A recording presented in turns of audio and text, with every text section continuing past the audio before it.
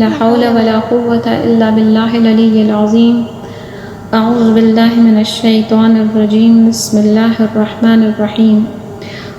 رب اشرح لي صدري ويسر لي أمري واحلل عقدة من لساني يفقهوا قولي.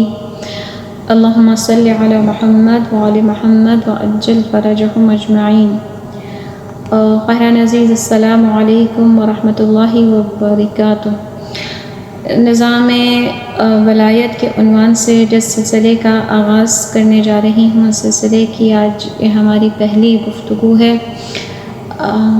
بہت ہی اہم، حساس اور وسیع موضوع ہے. دعا ہے اللہ تبارک و تعالی سے کہ اگر اس کی توفیقات شامل حال رہیں تو اس موضوع کے ساتھ انشاءاللہ بھرپور انصاف کر سکوں انشاءاللہ. تمہیدی گفتگو سے آغاز کرتی ہوں. ایک جملہ جو ہم بہت زیادہ سنتے آئے ہیں، پڑھتے بھی ہیں، بولتے بھی ہیں کہ جتنے بھی مسلمان اس دنیا میں ہیں، علماء ہیں، اسکالرس ہیں، سب کے سب ایک ہی بات کہتے آئے ہیں کہ اسلام جو ہے ایک مکمل نظام حیات ہے. اور اللہ تبارک و تعالی نے قرآن حکیم کو ایک مکمل ضابطۂ حیات کے طور پر نازل کیا کہ جو آنے والی تمام انسانیت کے لیے ہدایت کا سرچشمہ ہے. فصاحت و بلاغت میں اس کا کوئی ثانی نہیں ہے، اور اس کتاب کا اگر گہرائی سے مطالعہ کیا جائے تو یہ ایک ایسی عالمگیر کتاب ہے کہ جس میں تمام شعبۂ زندگی کے رہنمائی کے لیے وسیع موضوعات موجود ہیں. جیسے انسانی زندگی کے حقائق ہو گئے، حق و باطل کی تفریق، حلال و حرام کی تمیز، جزا و سزا، ثواب و عذاب، اخلاقی تعلیمات، انسان کی انفرادی و اجتماعی زندگی کے مسائل اور ان کا حل. غرض ہے کہ ہر طرح کی رہنمائی موجود ہے. جیسے قرآن کہہ رہا ہے سورہ مبارکہ نحل میں، ارشاد پروردگار عالم ہو رہا ہے تبیانا لکل شیء، یعنی کلیریفیکیشن فار آل تھنگس. ہر چیز کی وضاحت ہے، مکمل ضابطہ حیات ہے. اچھا، اب اگر مکمل ضابطۂ حیات ہے تو اس نے زندگی کے ہر شعبے پر روشنی ڈالی ہوگی، اور حقیقت ہے کہ روشنی ڈالی ہے، ہر شعبے پر روشنی ڈالی ہے. چھوٹی سے چھوٹی بات پر بھی روشنی ڈالی ہے. مثلا جیسے سلام کرنا ہے تو کیسے کرنا ہے، سلام کا جواب کیسے دینا ہے، بولنا کیسے ہے، چلنا کیسے ہے، پردے کے احکام، نگاہوں کے احکام، غسل کے احکام، سود، قرضہ، امانت، خیانت، شراب، جوا، رشوت کا لین دین، چوری، قتل، زنا کی سزا، نکاح کے احکام، مہر کے احکام، رضاعت، طلاق، عدت کے احکام، وصیت کس طرح کریں، میراث کیسے تقسیم ہو. غرض یہ کہ سارے کے سارے مسائل قرآن نے تفصیل کے ساتھ بیان کیے. یعنی جہاں کہیں بھی حقوق بشر کی بات آئی تو کوئی موضوع قرآن نے چھوڑا نہیں ہے.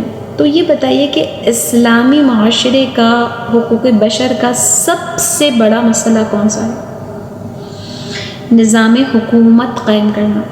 یہ اسلامی معاشرے کا سب سے اہم مسئلہ ہے کہ نہیں ہے؟ کیونکہ نظام حکومت زندگی کے اگر آپ دیکھیں تو ہر شعبے پر اثر انداز ہوتا ہے. ایسے ہی ہے، مثلا آپ کو گھر بنانا ہے تو آپ زمین خریدیں گی تو کوئی نظام حکومت قائم ہوگا جہاں پر آپ رجسٹری کروائیں گی، تو جو بتائے گا، توثیق کرے گا کہ ہاں جی آپ نے قیمت دی ہے اور یہ زمین جو ہے اب آپ کی ہے. اور حکومت کے کچھ اپنے شرائط و ضوابط ہوں گے کہ ان شرائط کے تحت رجسٹری جو ہے وہ مکمل ہوگی، ورنہ نہیں ہوگی. تو حکومت کا قدم درمیان میں ہے. اب زمین خرید لی، گھر بنانا ہے، نقشہ پاس کرانا ہے، تو اگر قاعدے کا سویلین ہے، اگر اچھا شہری ہے، اگر سیوک سینس ہے، اگر شہری زندگی بسر کرنے کا شعور رکھتا ہے تو وہ کیا کرے گا؟ گورنمنٹ کے جو نارمز ہیں اس کے مطابق وہ نقشہ بنوائے گا، پاس کرائے گا، پھر گھر بنائے گا. تو حکومت کا دخل ہوا یا نہیں گھر بنانے میں؟ اچھا، اب شادی ہوگی، نکاح ہوگا تو رجسٹرڈ ہوگا، پھر بچہ پیدا ہوگا، پیدائش کی رجسٹری کہاں ہوگی، برتھ سرٹیفکیٹ کون دے گا؟ حکومت دے گی. پھر اسکول میں بچہ جائے گا، پڑھے گا، ساری ڈگریز کی رجسٹریشن کہاں ہوگی، ریکگنیشن کون دے گا؟ حکومت. اب آپ بزنس کرنا چاہتی ہیں روزی روٹی کمانے کے لیے، بزنس میں حکومت کے کچھ قوانین ہیں یا نہیں ہیں؟ یعنی زندگی کا ہر شعبہ اگر آپ دیکھیں ولادت سے لے کر وفات تک ہر جگہ حکومت کا نظام ضروری ہے. کوئی پیدا ہوا تو حکومت میں رجسٹریشن ہوگی تاکہ کل کو کوئی ڈسپیوٹ ہو قانونی تو پتہ تو رہے کہ کب پیدا ہوئے تھے, کہاں پیدا ہوئے تھے, ولدیت کیا لکھی ہوئی ہے, اور مرے تو بھی رجسٹریشن ہوگی. کیوں؟ اس لیے کہ کل کو اگر میراث تقسیم کرنے میں اگر ہنگامہ ہو گیا تو پتہ تو رہے کہ ہاں فلاں تاریخ کو یہ شخص واقعاً مرا ہے, واضح ہے. تو زندگی کے ہر شعبے میں حکومت کا دخل ہے. اب یہ بتائیے کہ وہ اسلام کہ جس نے زندگی کے ہر شعبے پر روشنی ڈالی, اس نے حکومت بنانے کا بھی کوئی واقعاً روشن دستور دیا یا نہیں دیا؟ یہاں اکثر مسلمان آ کر جو ہے خاموش ہو جاتے ہیں, کہتے ہیں نہیں صاحب ایسا تو کچھ نہیں ہے. یعنی قرآن میں کوئی ایسا واضح حکم نہیں ہے کہ ہم حکومت بنائیں تو کیسے بنائیں. اور پھر جناب بعد میں امت نے ضرورت سمجھی اور ضرورت سمجھ کے جو ہے وہ اپنا جیسے بن سکا حکومت بنا لی. یہی ہے نا.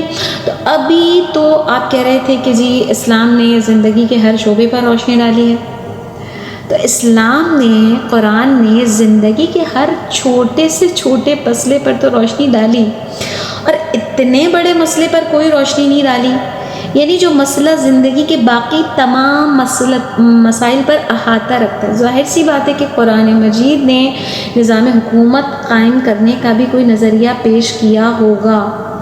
جو نظریہ قبول نہیں کیا گیا وہی نظریہ قرآنی ہے, اور وہ نظریہ ہے نظریہ ولایت. عزیزان, ولایت وہ نظام ہے جو قرآن نے عطا کیا.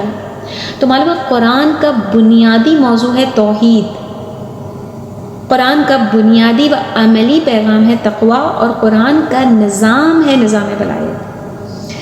اب پڑھیں بسم اللہ الرحمن الرحیم. انما ولیکم اللہ, بے شک سورہ مائدہ کی 55ویں آیت ہے, بے شک تمہارا ولی اللہ ہے, ورسولہ اور اس کا رسول, والذین آمنوا الذین یقیمون الصلاۃ ویؤتون الزکاۃ وہم راکعون, اور وہ لوگ جو ایمان لائے جو نماز قائم کرتے ہیں اور زکوٰۃ دیتے ہیں رکوع کی حالت میں.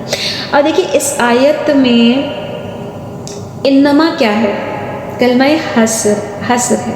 حصر کسے کہتے ہیں؟ حصر کے معنی یہ ہیں کہ یہ حقیقت جو ہے بس اسی دائرے کے اندر ہے. میرے عزیز سبحان اللہ, کیا حصر ہے. یعنی آپ دیکھیں ولایت کو جس طریقے سے قرآن نے سمجھایا ہے تو یہ کہ ولایت حقیقتاً مطلقاً یعنی ایبسولوٹلی صرف اور صرف اللہ کے لیے ہے. ٹھیک, یعنی اگر ہم سے پوچھا جائے کہ تمہارا ولی کون ہے تو ولی صرف اللہ ہے, ولی فقط اللہ. لیکن خدا نے اپنی ولایت کو ہم تک ظاہر کرنے کے لیے ایک نظام قرار دیا ہے, سسٹم قرار دیا. جیسے مولا علی کا ایک بہت ہی خوبصورت جملہ ہے, کی سینٹنس ہے یہ کہ تمام حمد و صلاح کے لیے ہے کہ جو تجلی کرتا ہے مخلوقات کے لیے مخلوقات کے وسیلے سے. یعنی کہ جتنا بھی نظام تخلیق ہے, جتنا بھی نظام خلقت ہے, اس نظام خلقت میں خدا اپنی مخلوق کے ذریعے سے ہی ظاہر ہوتا ہے مخلوقات کے لیے. یعنی اس کو اگر ہم اور ڈیپتھ میں جا کر سمجھنا چاہیں تو ہم اس کو یوں بیان کر سکتے ہیں کہ جیسے اگر ہم اپنی ذات میں اترتے چلے جائیں, اگر ہمیں یہ توفیق حاصل ہو جاتی ہے, اتنا آسان کام نہیں ہے میرے عزیز اپنی ذات میں غوطہ لگانا, اپنی تہوں کو, لیئرز کو ہٹا کے اپنی کور آف پرسنالٹی تک پہنچنا. تو ہم وہاں پر انویریبلی اور انڈاؤٹلی خدا کو پائیں گے. یعنی حقیقت الہیہ کو کہاں پائیں گے؟ اپنی ذات میں, اپنے وجود کے اندر. اور یہ وہ واحد مقام ہے پوری کائنات میں کہ جہاں پر خدا ملتا ہے.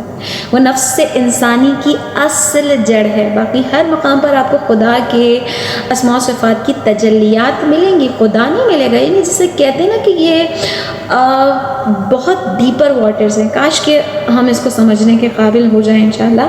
حقیقتاً کہ خدا کا پتہ اگر ہم اس قابل ہو جائیں تو میرے اور آپ کے اندر ہے.